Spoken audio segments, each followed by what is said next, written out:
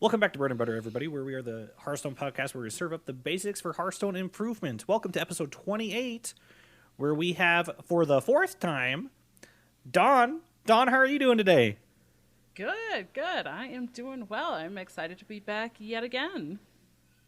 Thank you. We enjoy having you on, which is why we have you on so much. Tito, how are you doing today? I'm doing all right. And we haven't had Dawn as much on as we were supposed to because we were supposed to have her on monthly. And I think it's been almost 2 months since we've had you on because of just, schedules and stuff like that. So it is what it is, but we're glad to have you, as Doc said. But Dawn, what have you been doing inside Hearthstone and maybe just inside streaming in general? Yeah. Hearthstone, just still chugging along, playing the games, trying out new cards because, we've gotten mini set pretty recently. But also I just hit 5 years of streaming and consistent content. Yeah. So that's been very exciting. Had a 12-hour 5-year stream to celebrate. It was a blast. I am very grateful. My husband was helping out, so he kind of took care of the dogs throughout the day.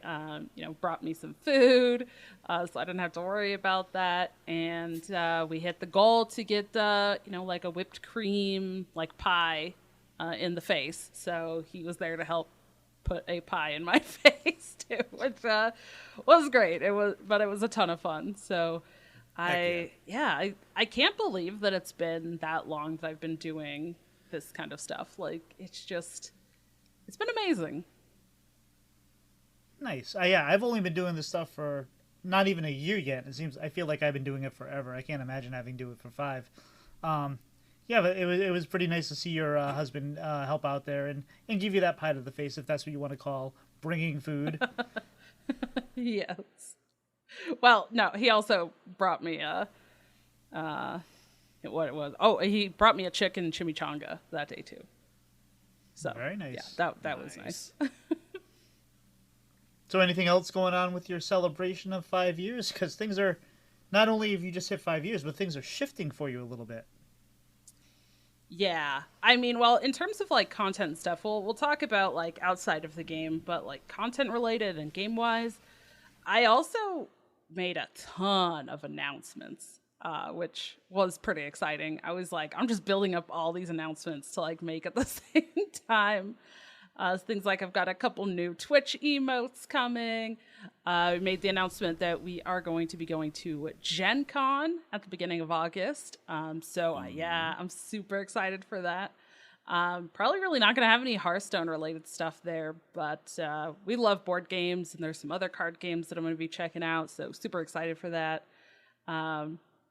There's just a lot going on, and I guess kind of related to Hearthstone, also made the announcement that I am going to be kind of moving out of casting for Supergirl and moving into a more behind the scenes role. So it will kind of be actually a promotion, but I'm pretty excited for that. And I hope that I can really do well in that role and help a lot of people with the Supergirl Gamer Pro tournaments. So are you going into a shot caller type role? Or... are you running production, during an event and organizing things and calling out where you're going and. Yeah, so I'll be taking over the tournament admin role. So I'll kind of be overseeing everything. But for Supergirl, they actually do have a whole production company that they usually work with. So they have somebody who runs the production, who does the observing and that kind of stuff, the spectating. But I would mostly be really in charge of putting together the actual setup stuff of the tournament, making sure that everyone is checked in and registered properly and doing the bracket kind of thing. So yeah, but I'm very excited. That's awesome. I'm happy for you. Yeah, that's great for everything. Doc, what have you been doing in Hearthstone? So last night, so everyone knows I've been playing BGs a lot recently. Last night I hit 6K in BGs. And surprisingly enough, it was with my first place with Sire Denathrius, which I could have sworn I've won with him before. Apparently not, because I got the achievement last night. And it was with just like I think it was just a really fun. I got Pilfered Lamps off really early. Yes. And it was just golden everything, man. It was so much fun, so chaotic. Like, I think I still had like 27 health by the end of the game. Like, it wasn't even close. It was really, really fun. And then today, so I've been playing a lot more standard this month. Granted, we're only 5 days in, but compared to last month, I have already played like way more games. Because I think last month I played like 7 games, and then this month I have played like almost 30. But on stream today, yes, stream, because I actually streamed today for the first time in like almost 6 months. I went on a 60% win rate with pre-mini set patch Pure Paladin. So didn't add a single card, didn't add the busted weapon, just kept it exactly the same. And it was fun. Played against half of the games I played against were either Hunter or Priest of some kind. I've played against a few Renathal Shadow Priests and played against some Control Priest, and I hate Control Priest. But I do want to talk about one game specifically because it was really fun. So played Countess, got the invitations, played all 3 invitations a couple turns later. But in between, my opponent played the Priest Colossal, and I only had 2 minions on board. I had a 1/1 and the Sanguine Soldier, the Divine Shield 2/1, deal 2 damage to your hero. That's the one that got Colossaled, so they didn't gain any health. So then I played my Colossals, and I played my invitations, got my legendary minions, got the old Illidan card that is a new card now that deals 6 damage to the enemy hero, gains 6 life or whatever. Got that. And then I got my own Priest Colossal. So I Priest Colossal their Colossal and killed it, gained a bunch of health, and then I was able to kill him in like 2 turns. It was great. It was great. Tito, how about yourself? Well, what is Renathal Shadow Priest? Are you talking about Benedictus, or are you talking about or is there a Renathal Shadow Priest out there now? It was 35 health Shadow Priest. Yeah, there's a few of them running around out there. Yeah, it's weird. Yeah. Well, That's something. I've been trying to climb to Legend. I am in that mode of D5 to Legend where you hit a deck and you go 8-2, and then you're like, I got this figured out, and then you go 2-8, and then you move on to the next deck. But I've been having a lot of fun with the decks I've been playing. I've been playing with the Buff DK that I got from Pilot, which has been a lot of fun. In fact, Daniel ran up against it on stream today. I don't know if you were there for that, Doc, but he was like, well, how the hell am I going up against a 28-25 Gnome Muncher? The deck is a lot of fun. It's mediocre, but you can do a lot of stupid things with it. I've been playing the new Hunter that they've been talking about on the VS podcast. Playing a lot of Enrage Warrior, both with... I call them musical and musicless, because they either have the riffs or they don't. It's a lot of fun. It's been a lot of good... I haven't found the deck that clicks for me yet. I've refrained from going back to Shadow Priest, but you said you've played 7 games last month. I don't think I usually go a day where I don't play at least 7 games of Hearthstone. Well, like, I was playing BGs, just I did not like the meta at all. Like, after like the first like 2 weeks after the expansion came out, I just didn't enjoy it. So I just was just playing BGs. There you go. So let's talk about life outside of Hearthstone, Dawn. You have a lot going on. Why don't you fill us in with whatever you feel comfortable talking about? Yeah. So I have just started a new job.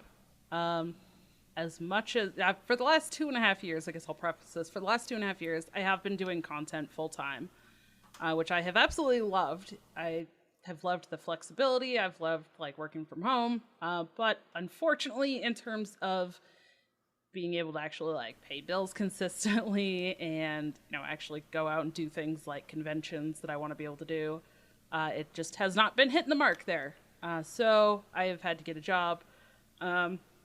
Unfortunately, I do have a lot of like joint issues, and just my body has a really hard time doing things that are more physical. So being on my feet all day for work, moving around, lifting, just all that is very difficult on my body. I am taking medication that's supposed to help, but that only does so much. So this last week has totally kicked my butt. So trying to figure out like how I'm going to manage, working and trying to do content, and balance, actually giving myself rest so that I can be able to have energy and be able to do work and content. Is still very much a work in progress, but that's what I'm working on. So, yeah, it's a lot. There's a lot going on. So probably less streams than what people have gotten accustomed to, but I'll still be doing my best to be putting out some kind of content on a more regular basis. Well, not everybody can be Dog and Hafu, right? I mean. They Yeah. There's very few people that can actually, or like Kibler, there are very few people that can actually find that groove where they can actually thrive in a content creation setting. For most of us, it's a hobby, maybe a paid hobby, maybe you can make some money on it, but for most of us, it's if you can cover costs of just software, it's a win. So I think a lot of people believe you can just kind of make content and make cash hand over fist, and it's not. I mean, you have to try to do sponsored content, which is cumbersome and not very profitable, and you have to try to get on YouTube, and you have to try to diversify yourselves and pull in an audience and be entertaining, and it's not easy. It really isn't. So you have to really love it, and I know you do, so I know it's been a struggle to kind of find a balance between making what you want and getting enough out there. So it's been great to watch your journey, and I'm looking forward to seeing what you have next, especially with this change. But Doc, what have you been doing outside of Hearthstone? I can't remember if I said this last week because I can't remember when I actually did it. I unlocked the Vulpira in WoW. You were working on it last week. Okay, yeah, I unlocked the Vulpira, and I started to try a class in WoW because I haven't. So like my main class in WoW is Warrior. It's okay. I never really super enjoyed it. It was just something that was easy to me at the time, and so I've stuck with it. And it's the tune I've had since Burning Legion. But I just didn't really like it, so I tried Shaman, and I love Shaman so much. I think that's the class that's going to get me to keep playing WoW. It's just fun, and I just love being a little fox person, throwing fireballs and lightning and just doing all sorts of fun, crazy stuff with totems. Got a new crested gecko. Can't remember if I announced that on the podcast at all yet. I know I've said it in Discord and Twitter, but got a new crested gecko named Dijon because they're yellow, so it's Dijon, like Dijon mustard. That's pretty much it. Tito, how about yourself? Life has been very boring. As far as this, boring is good. We had solar panels put on last week. I think the same day. I think we talked about that. They're not active yet because we still have to get like the box changed out, the circuit breaker box, and then we have to get inspections, and then the electric company has to say okay, and there's all kinds of permits and stuff like that. But they're up on our roof, for better or worse. And outside of that, we took my kid for his 9-year-old pictures because we haven't taken, I don't think we've gotten them done since COVID. So we went down to JCPenney and had the person do all the pictures, and that was fun. We're going to Disney at the end of the month, so there might not be an episode the last week of June, or there might be if we do it early, or we'll figure that out. But we're getting ready for the trip. But outside of that, work's been kind of busy, so when work's busy, life's kind of boring. But what's not boring is the mini set. So I think what normally we would do is we would have an interview with Dawn, but there's only so many times we can say, Dawn, who are you? what do you do here? So, so today we're going to do something a little different, and we're not going to review the mini set because it's out, and I know I personally, whenever I get to my podcast and I'm listening to them and I'm walking my dog, and it's like, now let's talk about the mini set that's coming out. I've already seen the mini set, so whatever they talk about doesn't matter because I already know what's out. So those reviews sometimes can be a little hard to listen to when you've already passed it. So we're going to talk about the cards that are experiences now. Although Doc apparently has decided that he doesn't want to play with the mini set cards because he's playing Paladin without any new cards, like a really banging weapon that'll help improve his win rate. But I digress. I think I know what I'm going to throw out for it, but what are you throwing out for it? Probably the Divine Shield Beast, because I haven't got to pop off with maybe one of those and one of the Funky Fins. Yeah, you can't throw out the Funky Fins because they go. Bah, bah, bah, bah, bah. But anyway, so we broke up the mini set. We just have a few different categories we're going to talk about, so we can just dive into it a little bit. And we're not going to go over all the cards. You guys know the cards. Actually, so we did. Actually, I should have mentioned this in the Hearthstone section. I participated in the Blizzlet. I don't even know, the community contest challenge, whatever. And we played 3 decks. We had to bring 3 decks, and it was a little round robin tournament. We had to bring 1 deck that was all commons and rares. And so for that one, I just took Shadow Priest and took out like all the rares, and I mean all the epics, and I took out Benny, and I still ran that shell. It was okay. Then we had another deck where we had to bring 3 legendaries, no more, no less. So I took a Death Cagehead build that had Cagehead, the Scourge, and Narrogar, and that was a lot of fun. And then we had to bring the most sexy deck we could. So I made a Druid deck, and a lot of, with Summerflower Child and cards like that. And I was playing, I didn't practice it because I didn't want to bring that deck to ladder because I would just get destroyed, or any of those decks to ladder, I'd probably just get destroyed. So during this tournament, I'm hovering over my own cards saying, what does this card do? Because a lot of these cards were new, and I had no idea what they do. Like, wait, three corpses and okay, whatever. So, a lot of the cards we don't see from the mini set. I know I didn't particularly pay that much attention during reveal season because it was over the weekend basically, and I think I was busy. So I don't even know what a lot of these cards are at this point, but I know which ones I've seen and which ones I haven't seen. So we're going to start with the first category of your favorite new card. So, DragonRider, what is your favorite new card and why? Okay, well, I put 2 because I like them both a lot. I cheated. I have really liked Remixed Totem Carver and Reverberations. So the Remixed Totem Carver is the Shaman 3 mana 3/2 minion that has the 4 like rotating, changes every turn.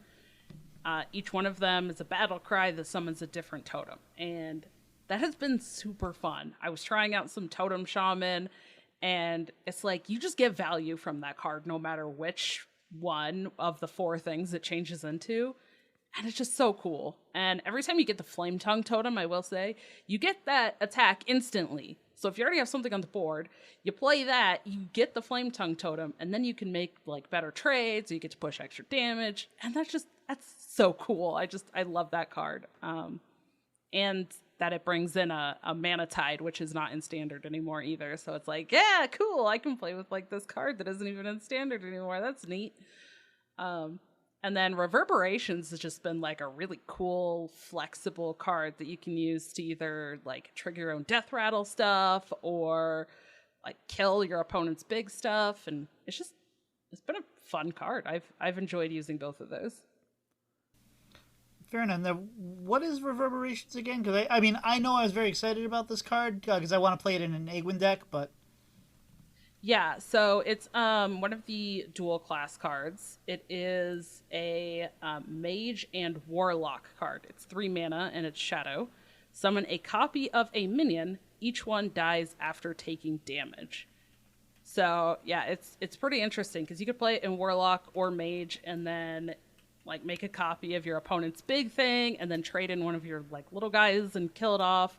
Or you can summon a copy of like your slime in Warlock, and then they die after they take any amount of damage. So you get really good trades and like extra death rattles, and yeah, it's really flexible. Yeah, because my vision was to play it on Egwin, and then you get the double Egwin buffs on whatever comes out and all that. But I haven't played Mage that much since the set dropped. Doc, how about yourself? What card has been the most your most favorite at this point? So I forgot to mention that I've also played some in Rage Warrior when I said what I was doing inside Hearthstone. And so the card I picked as my favorite so far has to be Jam Session. One, if you've ever been a musical person and have had jam sessions, they're just so much fun. Someone just starts playing something, and then you just kind of find something that kind of goes along with it, and then you're basically just both soloing, just trying to figure out what's happening. It's a lot of fun. The art on the card's beautiful. It's a 2-mana common fire spell, shaman, and warrior dual class.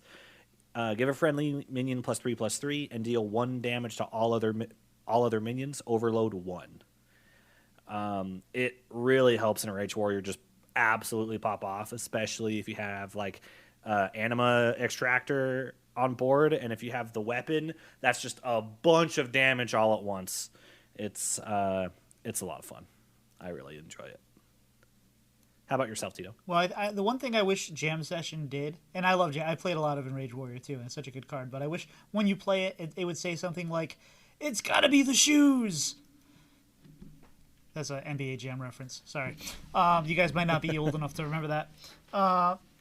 My favorite card thus far has been Hollowhound. I've been playing the new hunter that kind of is a hybrid of all the hunters. It's got the early game with the bananas and the slither spears. It's got the a big beast at the end. It's got the wild seeds. It's a lot of fun, but Hollowhound gives Hunter such comeback in that. So it's been a lot of fun, and it goes really well in the buff. I think it's undead. It's 2 undead, 1 blood deck that I've been playing.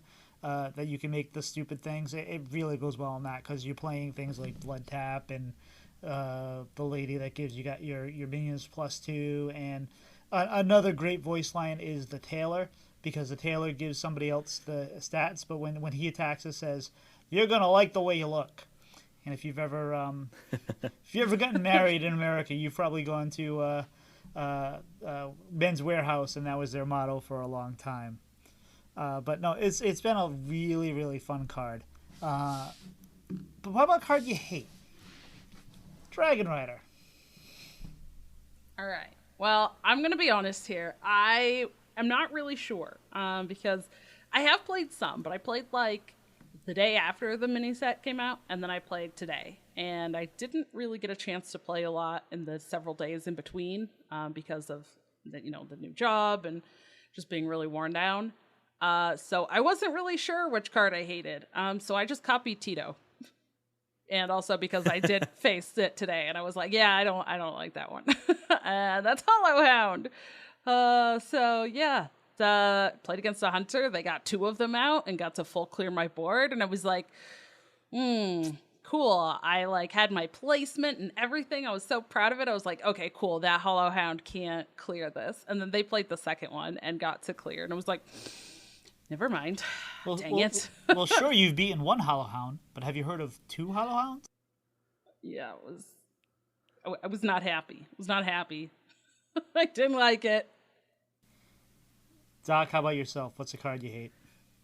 Yeah, so I picked a few, and the first one is Elite Tauren Champion, because I hate the Molten Pick of Rock so much, especially when they pair it with one of Rin's Symphonies that turns all your cards to cost health. So no matter what you do, you can be so good at sending it back to the Warlock, And then you're just like, oh, hey, well, I'm sorry. You just get to die because you're going to take 28 damage from the pick at the end of your turn, no matter what you do. And I really dislike that. I mean, I know that in that scenario, that's basically Magic Christmas Land for things to line up the way they did. But it was awful. I did not enjoy it. And then another card that I genuinely do not enjoy is Hollow Hound. Because I've been playing a lot of Paladin, and Paladin is like Lore Master Eve likes to say, it's white weenies. It's a lot of little teeny weak stuff that when you do certain things, it makes them really strong, but they're still not super healthy, you know. And so just Cleave just absolutely decimates pure Paladin. And yeah, how about yourself, Tito? Well, it was my favorite card as Hollow Hound, but it's also my least favorite card because it feels so. It is basically Unleash Fel Arcanist in one card, and it just if you're playing like in Rage Warrior or something like that, and you're getting ahead on board, and then they drop a buffed up Hollow Hound and heal back to full, it is so feels bad. So as much fun as I'm having playing with it, the hypocritical person in me also hates it. So, but that's no. So everyone seems to love and hate that card depending on what side of the argument you're on. Very divisive. I'm not calling for its death because I'm liking it, but I'm also, I wouldn't be sad to see it go away at the same time. But how about new decks? What have you been playing, Don? What's your new favorite decks? So for quantity, I will have to say Pure Paladin, even though it's exactly the same as it was before for me. But for new deck that I haven't played in a really long time because it hasn't been super great, Enrage Warrior. Just Enrage Warrior being back and actually just getting to do fun, stupid things with Olgra again and have it actually be relatively consistent and not just, oh, I get to high roll a game out of like 10 and then get to do the fun thing I want to do. You kind of just get to do the fun thing more often than not. Sometimes you win, sometimes you lose, but you still get to do the thing instead of just like, is pretty fun for me. And like I said, Jam Session, fantastic card. Like in Rage Warriors, just it's just fun. I think it's just fun. So it's my favorite deck. How about yourself, Tito? Well, another thing about the Enrage Warrior that I really like is, and I played a lot of it too, is the Remoria interaction with Abyssal Bassist. Because if you swing, attack, that every time Remoria re-equips herself, you can get 2 ticks in just one turn on that basis. So you get that reduced by 4. That's a lot of fun. My favorite deck is probably the new Hunter. That and the buff DK that we were talking about before. They're just a lot of fun. I think they can both win okay. But I've also enjoyed the Enrage Warrior. I've really enjoyed just about everything I've played. So it's hard to, even though I'm averaging, the 50% or slightly under that right now, they're fun. But Dawn, how about yourself? Well, this is interesting because we are all like in different classes, which I think is awesome. I have really been enjoying, well, I guess I'm going to put 3, and there's still no overlap. I've been enjoying Death Rattle Druid. It's hit or miss on how successful it can be. But that's been fun. As long as you don't hit a bunch of like aggressive decks, then you're pretty good. So just avoid like the paladins and the aggressive hunters, and you might be okay. And what I'm going to call Matlock, because I honestly don't know where he got it, but Matt at Arms, huge shout out to him. Last week during the 12-hour stream, he gave me this Warlock deck. It still has like the slime, and kind of that Death Rattle undead stuff, but it also has Symphony. It's got the like fatigue stuff in it. It's just got some different things, and it's actually just so much fun. It's got the imps in it too, right? No, I don't think this one has the imp stuff. Yeah, this is like an updated, because there was, I don't know, people were calling it like what, warlock soup or something. I don't know, something like that. I wasn't sure if you were playing Chimplock. No, this doesn't have the imp stuff. The only imp thing is the fatigue one. Okay.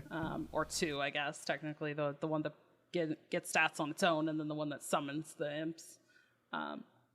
So it's still kind of like a Chadlock, but I don't know, it's just so much fun. And I think I've just been having a lot of fun with the death rattle stuff, setting that all off. But so I've been having a lot of fun with that, and then also some Totem Shaman.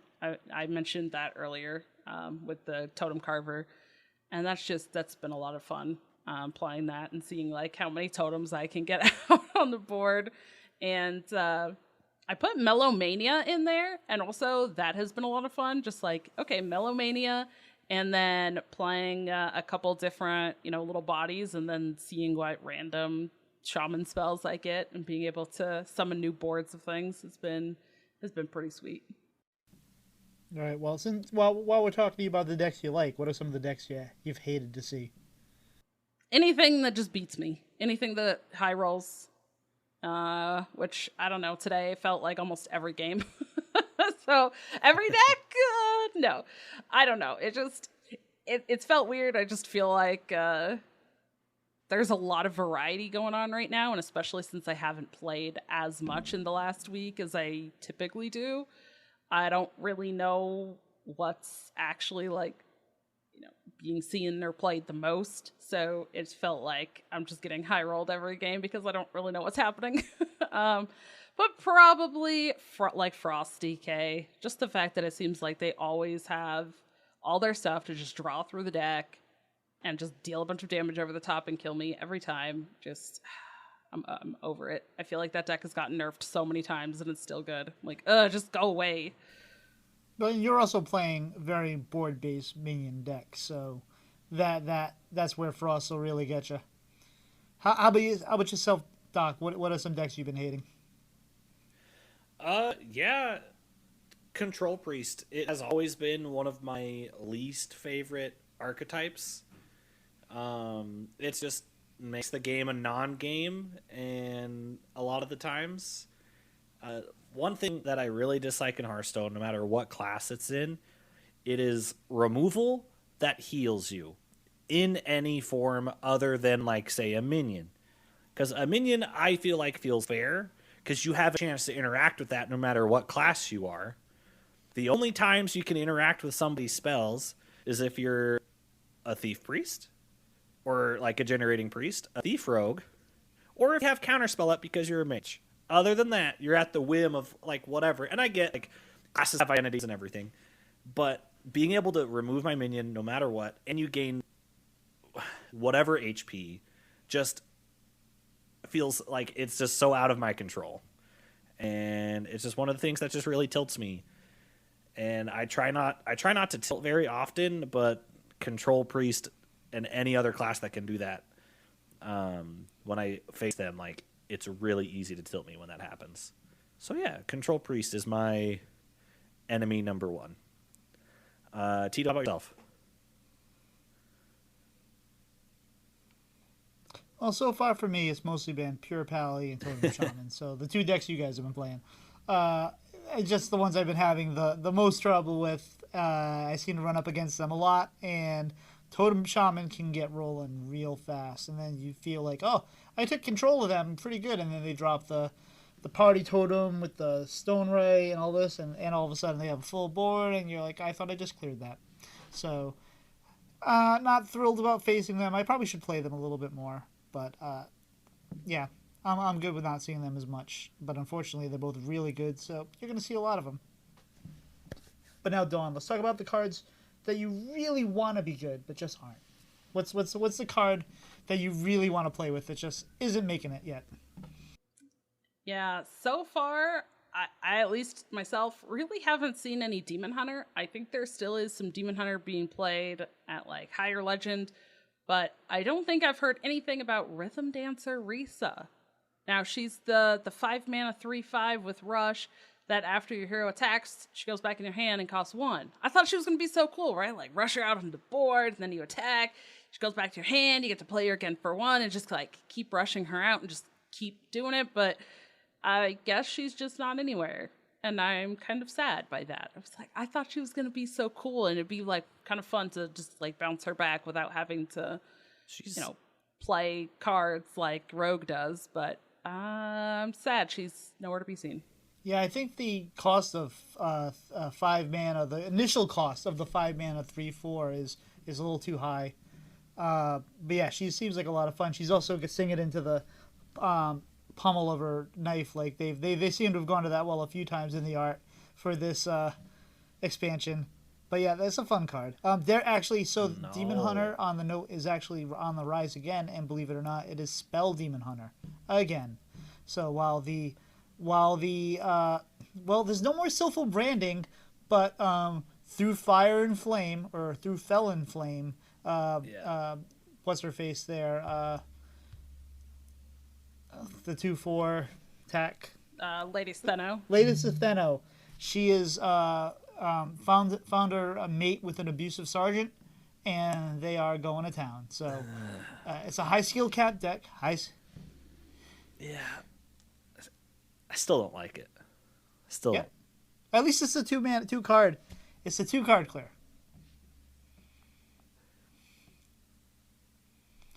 That's fair. So what's a card that you like, Doc, that is not good? So I kind of just picked this one for the meme. Blood Treant is the card I picked. I think it's a ridiculous card. But I think it's a cool card. Like a card that costs health that's not just Warlock specific, I think is a really fun idea to play with. I'm really hoping that in later expansions this year, because they're all done with the expansions for this year, and they're working on like a year and a half next year and like the first set of the following year right now for like initial design and stuff. So I hope that this gets support throughout the rest of the year, because I think that's a fun idea to play with, and I really hope this isn't just like the only time we're getting dual class cards. I kind of hope like our next expansion is another big like dual or tri-class expansion, because I just think that's fun, and it like leads to a lot of fun like lore within Hearthstone, because I feel like Hearthstone just can get such fun lore with the expansions. Like Mean Streets of Gadgetstan, oh my god, like the Cabal, that's the only one I can remember specifically, but like I just think that the tribes being separated into different gangs was really cool. And I think, I mean, not the same thing, but going back to having multiple class cards will be a lot of fun. So I really hope that at some point this standard year or the next 2 standard years that Blood Treant will good. Tito, how about yourself? Oh, for me, it is Elite Tauren Champion. This is what? Everything okay? Yeah, I thought Don was trying to like say something. Yeah, I'll say it in a second. No, go ahead. What you got? Okay. Well, I was gonna say I have thought about this, and I have this is my like hot take. Here you go, hot take that I don't think I've shared anywhere before. So I think that they will do the tri-class cards again, but it will be once we have a 12th class, so that there's 4 classes that get those 3. So are you saying you think we're going to get Monk sooner than we think? My God, I've wanted Monk for so long. Please tell me we're getting Monk. Yeah, it still probably will be a while. I still think it'll be, the 3rd expansion this year at the very earliest, but I'd still suspect probably next year that we get that. Like the 2-year kind of spacing seems like it's probably a good pacing for adding new classes, but that I've thought about that too, because I loved those tri-class cards, and I know a lot of people like the dual class cards, but I think to really get the tri-class cards, they probably want it to be even, unless they try something like they did here, but I think that would be a little bit too complex to try to add in like tri-class cards that are kind of overlapping. So my thought is that once they get the 12th class, then they'll bring back those tri-class cards. I like what they did with this expansion too, because they didn't necessarily limit the connection to like the pie that they had. They were just like, you know what, this is going to Yeah. be warrior. And although through Fell in Flame, that really doesn't fit the emo Death Knight. I mean, the emo Demon Hunter and the warrior. It just kind of didn't work, I don't think, as well. It should have been like Death Knight. Not that Death Knight needs it, but like thematically, I think it would have made more sense because Death Knight has like the metal kind of. But anyway, Well, yeah, but Dragon Force is like hair metal. yeah, So I don't know. I think it's. I think they did a good job. But I can see where you're saying where like it's just a weird. It's a weird space to put the card. I can see that. I think more like dashboard confessional. You know, when I think of Demon Hunter, kind of. But for me, the card that I really want to be good is Elite Tauren Champion. I took a card out of Enrage Warrior on day one, and I just threw that card in there because I'm like, you know what? I'm gonna see how it plays. I'm gonna have some fun with it. You got to remember it's finale, because I forgot that several times, and you're like, what the heck just happened? And nope, it didn't happen. I did manage to get the achievements for both. There's like 2 achievements, and one of them is to kill your opponent with the Molten Pick of Destiny, or whatever it's called.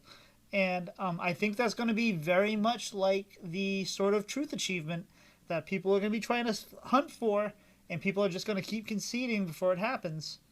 Because you get the sword equipped, and then they just concede. This one, they're like, oh, I can't spend all my mana. That pick's like 40. Well, I guess I'm just going to die, concede. So I think I got lucky getting that on day one, but I think that a lot of people are going to have a hard time. But it just wasn't good enough. It's too easy to spend all your mana, and half the time it's going to backfire on you because of something or other. I can't tell you how many times a Noggling with Cold Feet messed up my plays, because Cold Feet will make all your minions cost 5 more, and even if you have all your mana worked out, that'll throw a monkey wrench into things. But anybody have any other thoughts on the mini sets before we move on to the topic of the day? I do kind of want to touch back on the tri-class cards. So we haven't had solo content in quite some time, unfortunately, because the team for that is very small. So from my understanding is they're just working with majority and just working with the big group of Team 5 to help with the expansions. And so they're just reallocating resources, right? But I really hope that if we get tri-class cards again, they can make some cool story of 4 different groups of people, right? Or like groups of people that have some kind of feud. And I just think that'd be such fun area to explore with solo content. And solo content's fun. Daniel has inspired to play more solo content. I still have never finished Dr. Boom's Puzzle Labs. So that is something I gotta go back and do. I know I'm more than halfway done, but that's one of the things I'm gonna do on like my downtime if I'm not streaming again or working. Is I'm gonna do Boom's Puzzle Labs. But yeah, solo content's great. Well, all this talk of solo content has got me hungry, Doc. How about yourself? So today our main topic that we have going on. So we if those haven't been listening for that long, we bring on DragonRider to talk about fundamentals of the game. That's I don't think we've had a coined name for this yet, but it's the fundamental corner with DragonRider. And today we're talking about mulligans. So Dawn, what do we need to know about mulligans? Yes. I've kind of been calling these like the building blocks, I guess, of kind of like, the building blocks, the basics. So, yeah, I wanted to talk about mulligans. We've talked about kind of like the phases of turns. We've talked about archetypes and some different things like that. But I want to talk about mulligans. Now, the one thing that I want to start with here talking about mulligans is, for one thing, mulligans are typically regarded as one of the most difficult and like most nuanced things to learn and really get very good at. They are very challenging, and mulligans can change a lot depending on like matchups and stuff like that. So the things that we're going to talk about here are more of generalities, more of like kind of just key ideas and not necessarily super specific, like with this deck against this other deck, this is how you mulligan, right? Because that's going to change. I try to keep these topics a bit more evergreen so that you can kind of go back to these, or people who are coming into the game, maybe after we record this, can come in and still understand and still learn and catch on to this stuff. So a couple of like kind of key points that I want to talk about first, and then we'll start breaking these down even more. I have 6 bullet points here for some like mulligan basics. For Hearthstone, you get to pick your cards that you're going to keep or put back individually. So some games, like maybe if people are familiar with like Magic the Gathering, you look at your entire hand and say, do I want this whole hand or not? But in Hearthstone, you pick the card and say, do I want that card? Yes. Do I want this card? No. And it's individual. It's very important. Another thing is that cards are considered independently. So even if you have duplicates, so like 2 copies of a card, you put one back. Well, the other copy of that card is considered separate than the one you put back. So that does mean that you can get a duplicate back into your hand that you maybe just put back into your deck. So that's important. Another thing that you might want to pay attention to when you are doing your mulligan or think about is whether or not you have the coin. And we'll talk about why that's important. Knowing key cards or strategies of your deck is something that's important when you're doing your mulligan. And as well as paying attention to what class your opponent is playing, kind of knowing what you could be up against. And then the last thing I have here is cost isn't the only thing to think about with what cards you want to keep. That was something that I think I made a lot of mistakes with when I was first learning and trying to get better, is I would just say, oh, well, that's 3, 4 or more. I don't want to keep that. I only want to keep things that cost like 1 or maybe 2. No matter what deck I played, if it costs 1 or 2, I got to keep it so I can play it. That's not really how it works. That will get you in some really awkward situations a lot of times. So that is also very important, and something that I think the sooner that you learn that, the better off you'll be. Do either of you have any thoughts on just like those opening statements before I get into like specifics about these? I will say it has happened to me way more than I can count, where I have a copy of a card in my opening hand. I send it back, and then I get it right back into my hand. Or sometimes, this is a little bit more rare for me, but I can get like both duplicates of the cards I have in my deck. I send them back, and what do you know? They're back in my hand to start the game, and it's just the most frustrating thing ever. So, unfortunately, sometimes even if you try to make your mulligan better, Hearthstone just says no. Yeah, and that is an unfortunate situation, and sometimes it gets to me too, especially when you get rid of a card and then like the second copy comes back right in the same place too. I'm like, that's the same card in the same place. Like, what was the point of my mulligan? But that does happen, and let me talk about one reason why this is important. For Hearthstone, now again, I do a lot with like multiple card games, so I also kind of like comparing different card games. Hearthstone has a small deck size, right? 30 cards. Okay, unless you're playing a Renathal deck, right? Then it's 40. But that's still a relatively small deck. And when you have double copies of cards, that also makes picking individually very important. As you mentioned, it can feel like that happens a lot of times where you're like, oh, okay, well, now I just put these copies back in the deck, and now you're getting them again, and that sucks.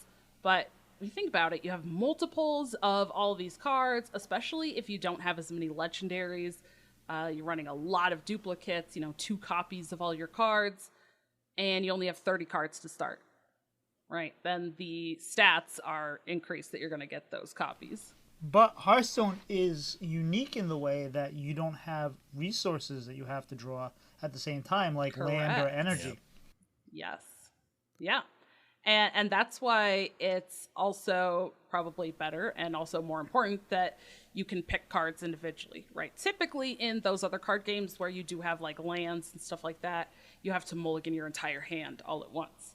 And in that, you have to look for that resource. But in Hearthstone, you're going to get that mana every single turn, and that's going to build up for you. So you don't have to consider that for what cards you want in your opening hand. Now, talking about the coin, we talked about that. So some cards might be better or worse to keep, depending on if you have the coin. This one is probably a little bit more of like an advanced idea, not like super basic. And it might be really difficult to figure out which cards are better, like if they're better or if they're worse to keep. And that's also probably going to vary on matchups. So that one's kind of really in depth, but I just wanted to mention it so that people are kind of aware that, you know, sometimes it's like, well, maybe this isn't so great. If I have coin, maybe I don't want to keep this. So it is important that you think about, do I have the coin or not? And if you have the coin, that also means a difference between having 3 cards in your starting hand or having 4 starting cards plus the coin. So that might mean that maybe you can mulligan more cards or less cards because you know that you're going to have the coin and you can have those 3 or 4 cards. If you only have 3 cards to start, maybe you might want to keep one that you're like, maybe I should keep this because you only get those 3 cards to start. But if you have 4, maybe you can be a little bit more flexible and say, I don't really need to keep that. I'll try to find something else. Or maybe you want to take it the other direction. Again, this is really going to be depending on your deck, what your deck is trying to do, and what the opponent wants to do. Sometimes you might say, I only have these 3 cards. I need to make these 3 cards in my starting hand count, right? They need to matter. So you might want to get rid of them. If you're on the fence about one, it might be like, nah, just get rid of it because I really want this other card. Now, there also is sometimes cards that should or shouldn't be kept based on what else is in your hand. And that's another reason why sometimes the coin is kind of important. If you have a card that I'm going to use infuse as an example, it's a newer, keyword, but infuse is something that is based on how many of your friendly minions have died. If you have an infuse thing, let's say imps for warlock, and you have no other cards in your starting hand that are imps or are going to be able to put imps on the board, maybe that's not something you want to keep because you're not going to be able to play things out onto the board. So if you can't create minions to hit that infuse, maybe get rid of that infuse card and try to get something that actually puts minions out onto the board instead. So that can really be a case where looking at what else you have in your hand is very important. And again, that also plays into the do you have coin or not, because you're going to have a little bit more flexibility. And as well, the fact of that you have less cards in your deck, you have those duplicates. So sometimes you can take that into consideration, saying, okay, well, I have 4 cards plus the coin. I have 1 card that is, based on an infuse. So if I get rid of those other 3, I have a pretty high chance, because the deck is pretty small, to get cards that I want to actually work with that. Plus, you'll have the coin to get to that faster. That's one example. I think a couple of good examples of that, too, if I can interject. So playing the Shadow Priest that I played a lot, not necessarily the Swarm version, but the version pre the set, there were a lot of times where you'd have an undead allies in your hand, but you wouldn't keep it if you didn't have the undead. But if you had like 2 undead in your hand, then you keep undead allies. You wouldn't keep the silence unless you have the incorporeal corporal, because otherwise, if you have both of them, it made sense to keep it, because then you can do, your turn 2 corporal coin into the silence and do the damage and keep your minion on the board. But it didn't make sense to keep even though you wanted to get the corporal, it didn't make sense to keep the silence unless you knew you were going to be able to play it. So a lot of times what you can combo the cards with and what you want to start with really makes a difference in that. Yeah, absolutely. You have anything you want to add in there, Doc? Yeah, so with Pure Paladin, I had found that keeping Disco Maul, which is the 2 mana, 2/2, wall equipped whenever you play a minion, give a minion +1/+1, death rattle. I had found that, at least where I'm at on ladder, coining that out on 1 was generally a more correct play than not, because you can either choose to remove an early game minion, but then that game runs a lot of 1-drops, and so by turn 2, like, it can already give something +3/+3.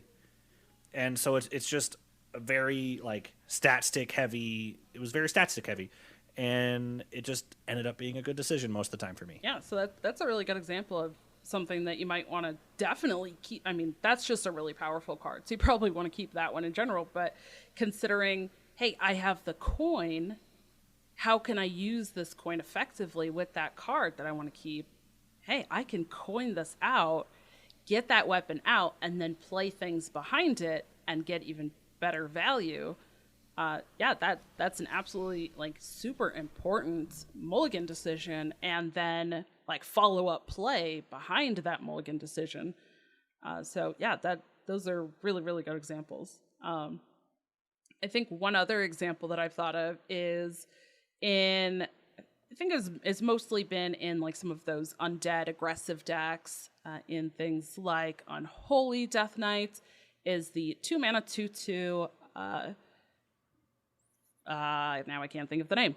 Vericool Necromancer, I think that's what it's called. It's 2 mana 2/2, and it gives a friendly minion the death rattle of summoning the 2/2 undead with rush. Now, that's right. It's 2 mana. I should keep this, right? I'm an aggressive deck. I can give something that death rattle. But that's not usually a card that you want to play straight on turn 2, especially considering if you are against maybe a deck that's going to have removal for your 1-drop. Or, as Tito mentioned earlier, do you even have a 1-drop that you're going to be playing on turn 1? Because if you don't keep that, right? Otherwise, you won't get the value out of that battle cry if you just play it straight on turn 2. So that's another one where you really just have to think about, how am I using this card? What is my reason for keeping this? And another thing on the keeping, one mistake people have made is keeping tradable. Unless because a lot of the thought is, I can just trade this card if it doesn't fit the solution or fit the need at the time. And there are some cases where you want to keep it, like dog treats there in Hunter, whatever it's called, because it gives you the option. Doggy biscuit, because it gives you the option of giving something rush. So in your particular plan, you might want to have that or drop it on the Silver Spear. But and same thing with the saber there that the rogue used to have. It's no longer in the standard though, because that would reduce the cost of a spell. But don't keep a Viper just to be able to say, well, I can just trade it. Well, yeah, but you could just trade it now for free and not spend a mana on it by mulliganing it. And I think that's something that a lot of people, you don't want to hold a card to trade it on 1, unless there's a specific reason to do so. So tradable is a nice, and if you end up with a tradable in your hand, no big deal. You can trade it, but take the free trade before the game even starts. Yes, yeah, that's a really good one. So now moving a little bit more into keeping specific cards here based on the cost. I have 2 different things. Sometimes you want to keep a card or like a legendary, a one of, maybe if you're only running 1 copy, even if it's not a legendary, is sometimes actually correct, even if the card might seem expensive. Again, I mentioned earlier that throwing away like the quote unquote like higher cost stuff was something I used to do a lot, right? Like, I only want the cheap things and get rid of the more expensive stuff. But sometimes that's absolutely wrong. A couple examples that I have are in Warlock. For right now, the Amorphous Slime, the 5 mana, right? Or is it 6? The 5/3 that has the death, it discards an undead, and it has the death rattle to summon that. You want to keep that. That's kind of the whole goal of your deck. especially if you already have that undead. If you have coin, it's great, but you want to keep that because that's kind of the whole like aim of your deck is to be able to play that, get your stuff out early. Another example is if you're playing like an Imp block and you have Imp King Rafam. Again, especially maybe considering if you have coin, even though Imp King Rafam is 6 mana, that can be the difference. Both of these, like Slime or Imp King Rafam, if you keep those in your opening hand, you have the things to be able to work with it, especially over those first few turns, right? You're going to have several turns to be able to draw to the things that work with them. That's going to be the difference between having that card to play on curve for a huge impactful turn or a big swing play, or the difference between you sitting there on turn 5 or 6 hoping that you tap and draw into that, or play a draw card to try to find those things from your deck. So if it's something like that that can create a really powerful swing turn or that can really works with what your deck wants to do, those can be a keep, even though they might seem expensive. Like another good example of that is the Lori Balor in Rage Warrior right now, because that one, anytime you cast it's a 4 mana, which seems kind of like it doesn't seem like a good cost to keep in that particular deck, which is fairly low to the ground. But anytime you cast a fire spell, it reignites it. So you get that on board, unless you're playing a silence priest or something like that. You're going to get a lot of value out of that. So that's a good keep right there. So if it makes more sense with the synergies of your deck, yeah, absolutely.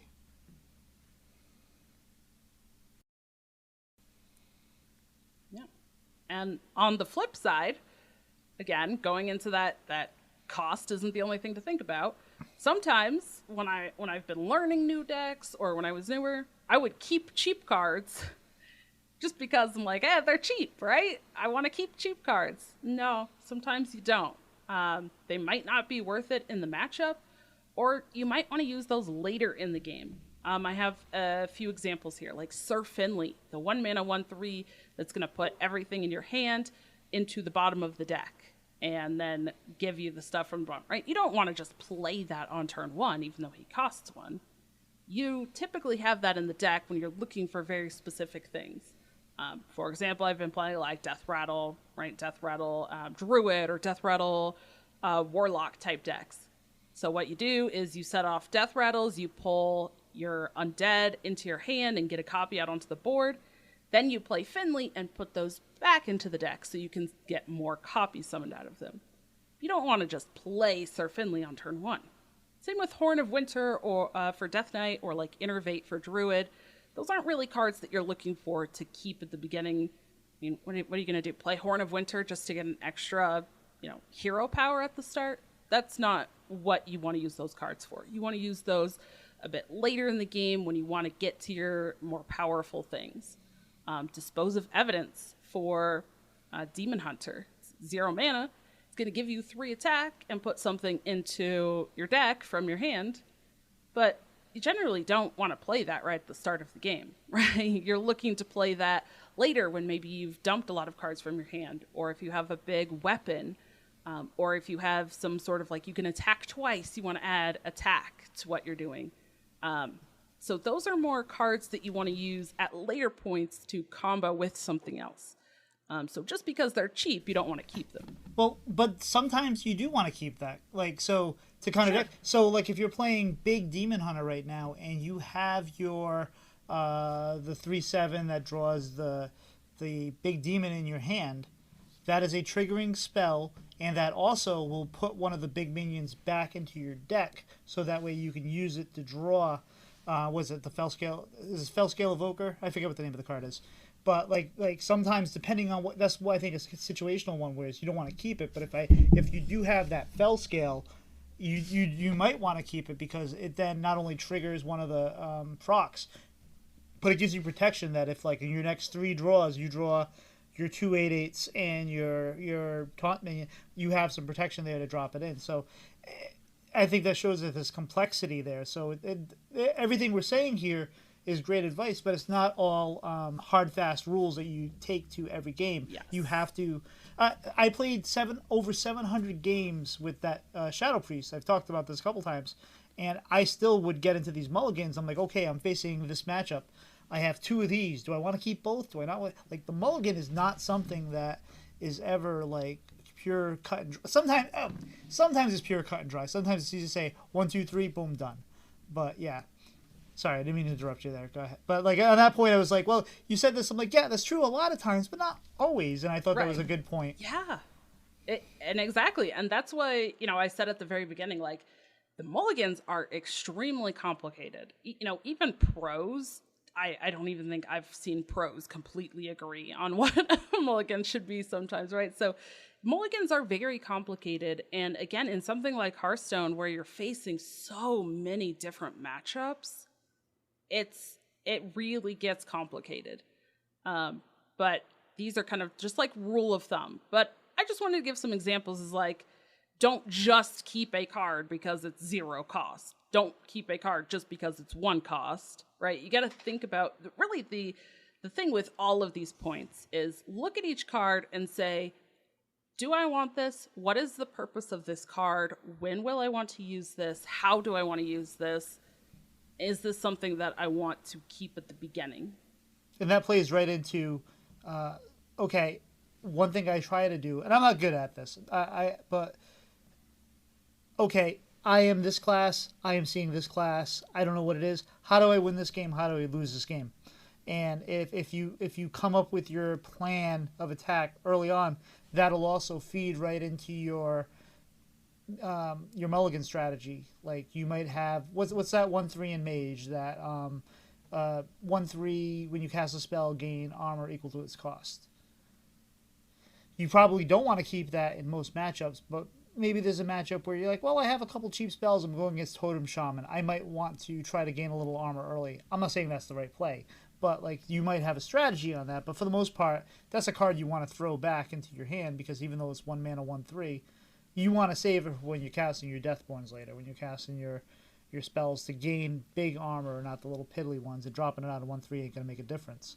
So, but there may be a situation where you say, how am I going to win this? I'm going to win this if I can survive as best I can. Maybe a little extra armor won't hurt. You got any thoughts on those there, Doc?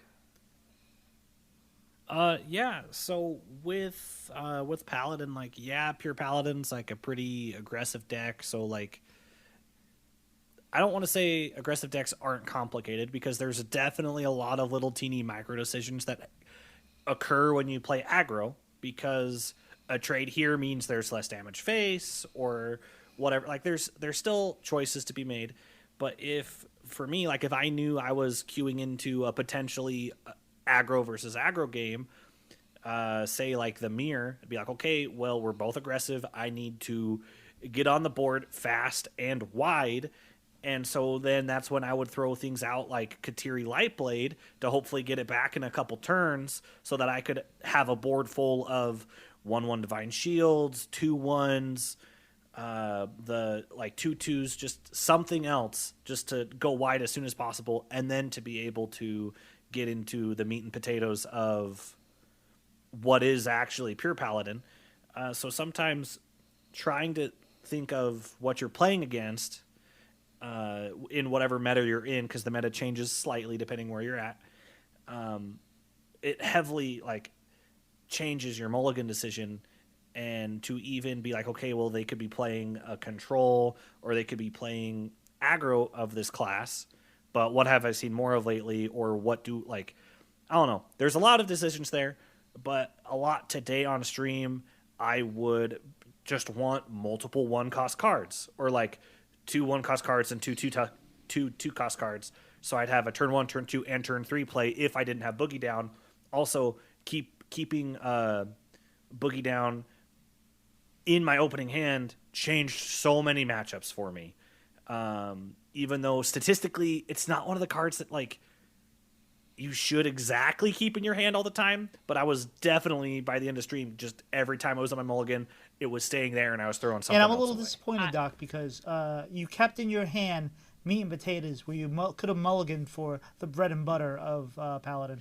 But anyway, I digress. Done.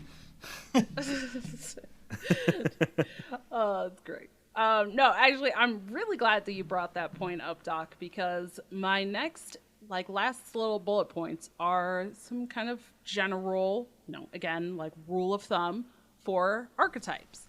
And the first thing that I have is aggro decks usually, I'm going to put that in quotes, usually care the least about what the opponent's deck is, right? And you want to make your mulligan choices based on your deck and what your deck wants to do. So you said, right, like you just got to the point where you're like, I just want 1-drops. I just want, my early game. I just want this card to get stuff out. Mm-hmm. It didn't matter if you were against another aggressive deck or a control deck, right? And there can be, again, but typically aggro decks, like you're just looking for the thing that are going to get you the most powerful starts, because that's where aggressive decks want to get out. Like they want to get out on the board early and fast. They don't really care if you are also doing something fast or if you're going to sit there and just hero power for 3 turns, right? They just want to get their early game and go. Also, in general, if you may not have known this, again, we talked about the coin earlier, but more aggressive decks are more advantaged when going first. In general, I would say decks typically have the advantage going first. That's just a card game thing. So, the second player always has to have something. But aggro decks especially take advantage of going first, because then that means they get to put a minion on the board, right? They have usually a lot of 1-drops. They can play something on the first turn. And then when it comes back to their next turn, they get to start pushing damage. They get to start pushing damage fast.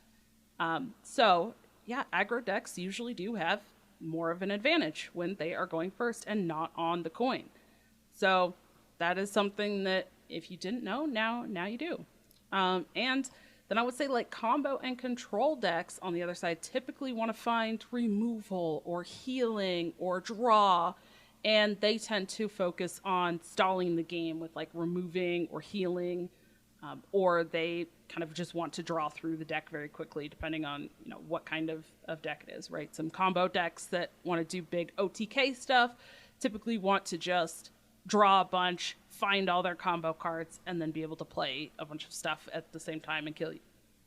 Those control decks, they're probably going to find removal for all those minions that the aggro deck's going to be playing on the first couple of turns. They're going to find healing, and they're going to just try to, again, stall the game, keep it going until that aggro deck or mid-range deck or whatever kind of runs out of steam a bit, and then they can win.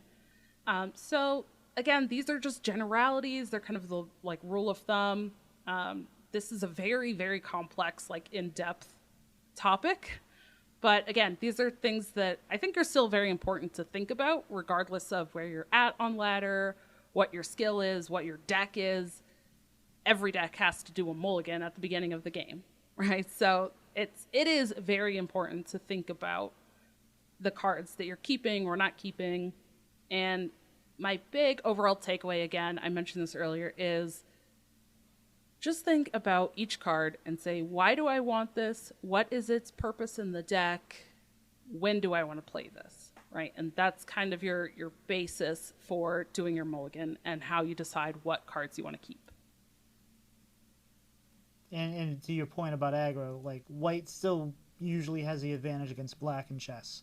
There's a lot of nuance between going first and making those but if you make the wrong, if you have the wrong setup, then black can kind of destroy you. So it's all about kind of how you plan those first steps. And one, you were talking about like aggro likes to go first, but if you have a game plan, stick with your game plan. If like you're up against a control priest and you put a Connie in there specifically to counter clean the scene, I'm not saying that's a valid scenario, but yeah, it's a made up scenario for right now.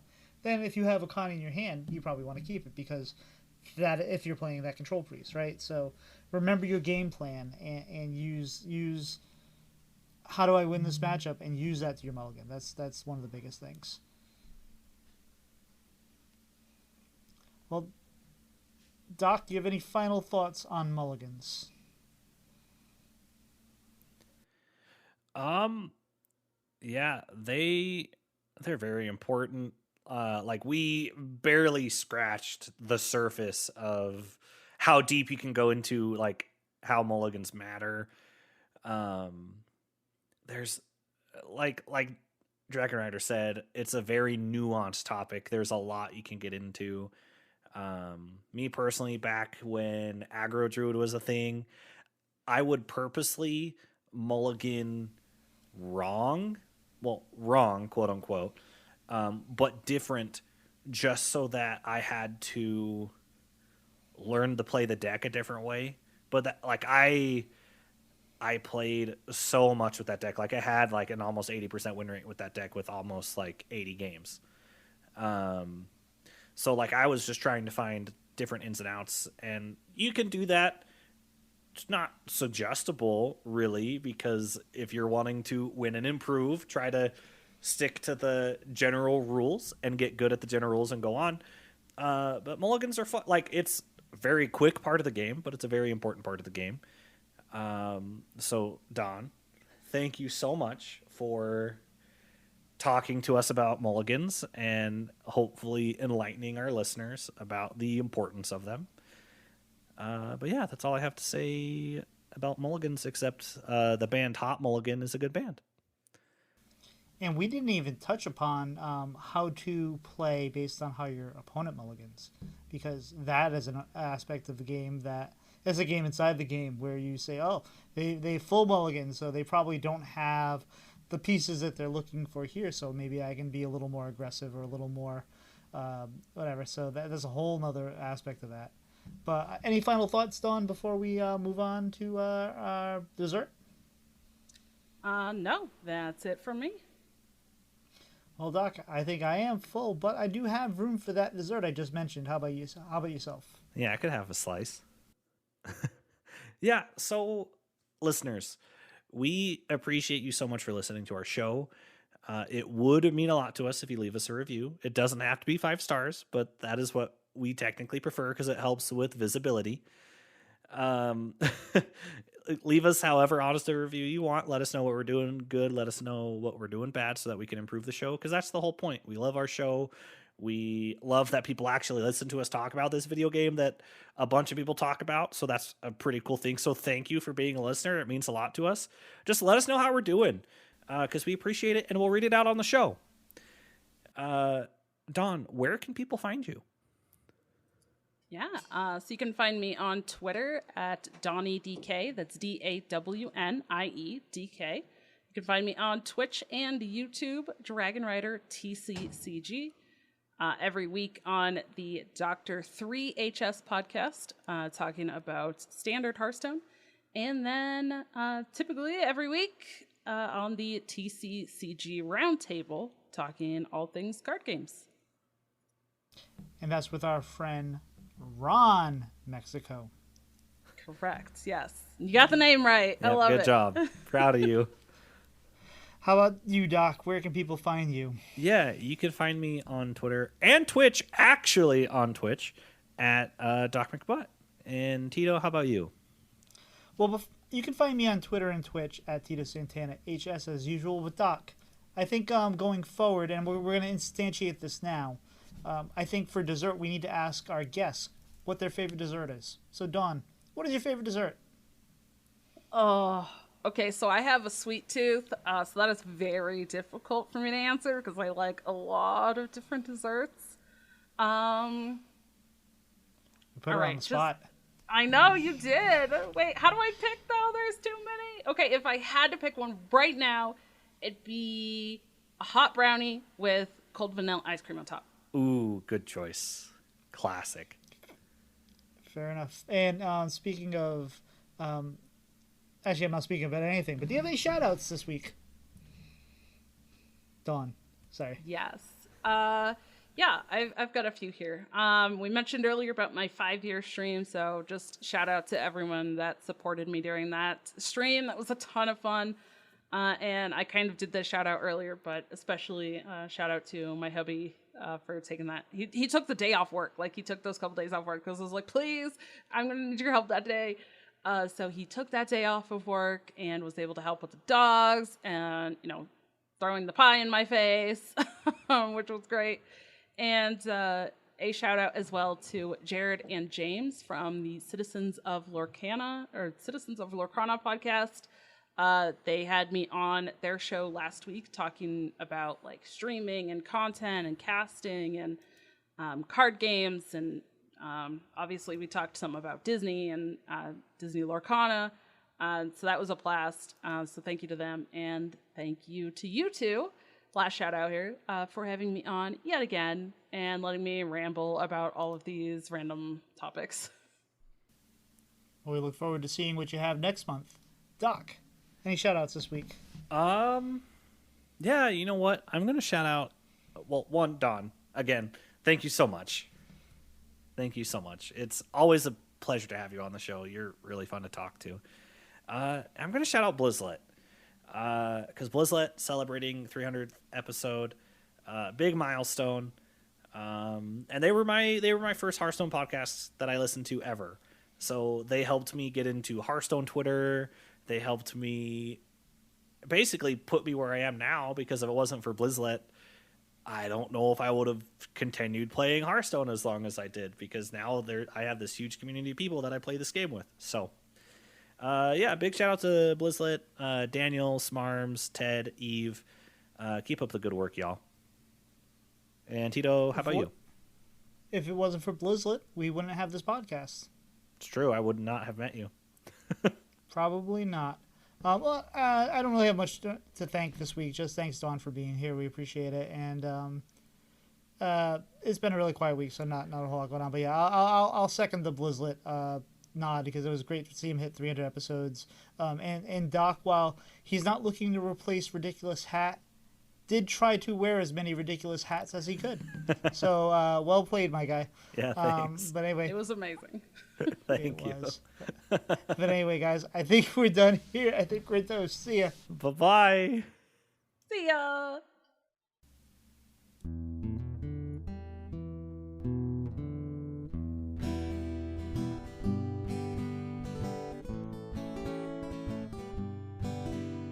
Slide two brothers meet one another when they slide up to the mic.